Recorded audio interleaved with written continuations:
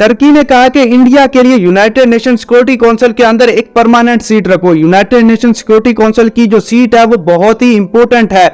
इस वक्त इंडिया के लिए बहुत बड़ी अचीवमेंट होगी अगर इसके पास ये सीट आती है, क्योंकि ये सीट है वीटो पावर की। तो दुनिया के जो बड़े बड़े फैसले हैं वो इंडिया की मदद से होंगे। इसको बैक कर गया टर्की। टर्की ने कहा कि Turkey will be proud, Turkey फख्र करेगा इस बात पर कि अगर India United Nation Security Council के अंदर परमानेंट मेंबर पड़ता है। Erdogan on permanent United Nation Security Council membership for India. इस वक्त दुनिया के अंदर सिर्फ 5 कंट्री हैं जो कि यूनाइटेड नेशन सिक्योरिटी काउंसिल के अंदर परमानेंट मेंबर हैं, जिनमें है China, France, Russia, United kingdom, United state. ये 5 कंट्रीज हैं जिनके पास वीटो पावर है। इन्हीं कंट्री का जो वोट है वो बहुत ज्यादा मैटर करता है। एक भी कंट्री एक मुआहदे के ऊपर कंसेंससली कोई भी इत्तेफाक राय से उसको वोट ना दे तो वो जो चीज है खारिज होते दिया जाए। लेट्स सपोज कल को ये पावर इंडिया के पास आ जाती है तो इंडिया पूरी दुनिया को तबाह कर देगा। इंडिया क्योंकि इस वक्त इर्रेशनल कंट्री है, इररिस्पॉन्सिबल कंट्री है। इस वक्त ये जो बात सामने है G20 की मीटिंग में, G20 की मीटिंग इस वक्त जो इंडिया के अंदर हुई तो इस साल की प्रेसिडेंसी इंडिया के पास थी। तो जो तैयब उर्दुगान ने कहा कि इंडिया के लिए यूनाइटेड नेशन सिक्योरिटी काउंसिल में परमानेंट मेंबरशिप रखो, उसके लिए वोट का भी इंतजाम करो। अगर ऐसा नहीं करना तो रोटेशनल मैकेनिज्म की बेसिस पर ये वोट रखो ताकि जो हर कंट्री को उसका हक मिल सके। लेट्स सपोज रोटेशनल मैकेनिज्म क्या है। इस वक्त 5 कंट्रीज है जिनके पास वीटो पावर है, तो नेक्स्ट ईयर वोटिंग हो तो 1 साल की जो मेंबरशिप है वो इंडिया के पास हो, दूसरे साल की जो मेंबरशिप है पाकिस्तान के पास हो, तीसरे साल की मेंबरशिप सऊदी अरेबिया, चौथे साल की मेंबरशिप टर्की के पास हो। वो कहते हैं 5 कंट्रीज के पास ना हो, लेकिन पहले उसका फोकस था इंडिया के पास। ये बहुत ही बड़ी भूंडी हरकत की है, ऐसे समझ लो बहुत ही बुरी हरकत की है। मुसलमानों के साथ गद्दारी है। तो इंडिया एक इररिस्पॉन्सिबल कंट्री है। अब सूरत हाल क्या है, इससे पहले भी पाकिस्तान इंडिया की जो मेंबरशिप है यूनाइटेड नेशन सिक्योरिटी काउंसिल की वो कैंसिल कर चुका है। इंडिया के मामले में क्या बात है, India doesn't qualify for United Nation Security Council membership.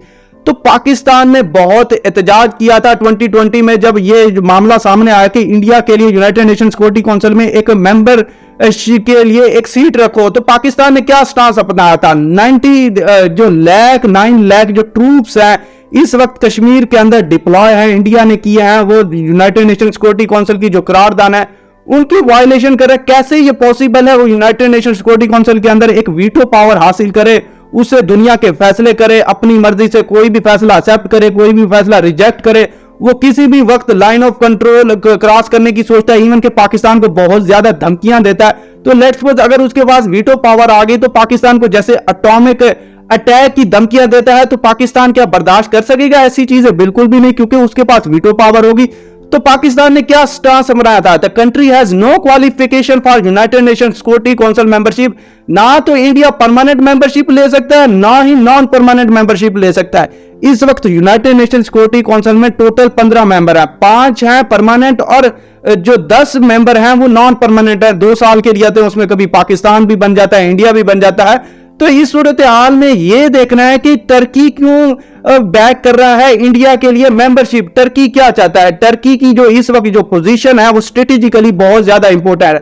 Turkey इस वक्त यूरोप के अंदर है और ये नेटो कंट्रीज भी है। इस वक्त इसकी जो लड़ाई है वो रशिया के साथ भी चल रही है, क्योंकि रशिया और नेटो की आपस में जंग चल रही है और टर्की भी एक नेटो कंट्री है और एक इस्लामिक कंट्री भी है। इसके पास सेकंड लार्जेस्ट आर्मी है नेटो के अंदर। अब सूरत हाल क्या, यूक्रेन के अंदर जंग लगी हुई है तो रशिया ने पहले अलाउ किया हुआ था यूक्रेन को ब्लैक सी ग्रेन डील के जरिए अपनी जो एक्सपोर्ट है वो इस सी के जरिए कर सकता है। लेकिन जब उसको पता चला रशिया को यूक्रेन के अंदर इस ब्लैक सी ग्रेन के जरिए वेपन भी आ सकते हैं, लेट्स सपोज टर्की के जरिए यहां से यूक्रेन से चीजें वापस जा रही हैं, तो वापसी पर कोई भी किसी भी कंटेनर के अंदर कोई वेपन्स आ सकते हैं यूक्रेन के अंदर, उसको टर्की भी बैक कर रहा। तो जो इतमाद है रशिया का वो टर्की से खत्म हो गया। तो रशिया ने कहा कि I have no trust on Turkey.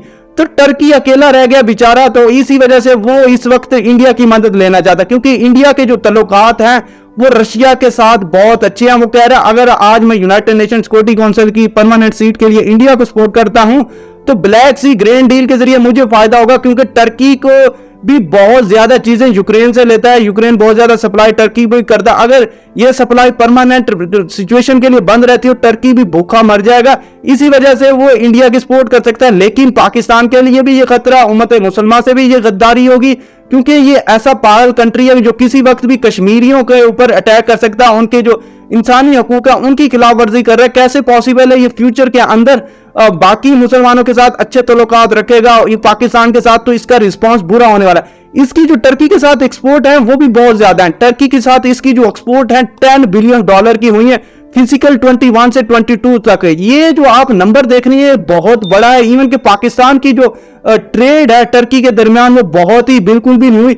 2021 में पाकिस्तान ने कोई ट्रेड टर्की के साथ नहीं की, और पाकिस्तान की जो टोटल ट्रेड हुई 2021 में, उससे पहले जो हो रही थी फिजिकल 2020 में, $325 मिलियन की, और टर्की ने पाकिस्तान को जो एक्सपोर्ट की वो $822 मिलियन थी। ये भी हमारा जो करंट अकाउंट है ये डेफिसिट में गया टर्की की वजह से। इस वक्त जो टर्की है वो इंडिया को सपोर्ट कर रहा है अपने इंटरेस्ट एंड गेन के लिए, और कुछ नहीं। ये जो टर्की है स्ट्रेटेजिक पोजीशन पे रखा हुआ है, और इसके जो तल्लुकात है इंडिया के साथ होने जा रहे हैं, तो हमारे लिए बहुत खतरा है। अगर यूनाइटेड नेशन सिक्योरिटी काउंसिल की परमानेंट सीट रखता है तो टर्की अपने इंटरेस्ट एंड गेन देख रहा है, लेकिन हमारे पास बहुत ज्यादा खतरा हो जाएगा इंडिया की तरफ से। आप क्या सोचते हैं, क्या इंडिया को यूनाइटेड नेशन सिक्योरिटी काउंसिल के अंदर परमानेंट मेंबरशिप मिलनी चाहिए या नहीं मिलनी चाहिए? क्या पाकिस्तान इसको सपोर्ट करना चाहिए नहीं करना चाहिए? नीचे कमेंट बॉक्स में लाजमी बताइएगा अपना ओपिनियन। वीडियो को लाइक करें, हमारे साथ जुड़े रहें। Keep watching, stay tuned with us. मेरा ब्लेस यू, अल्लाह हाफिज।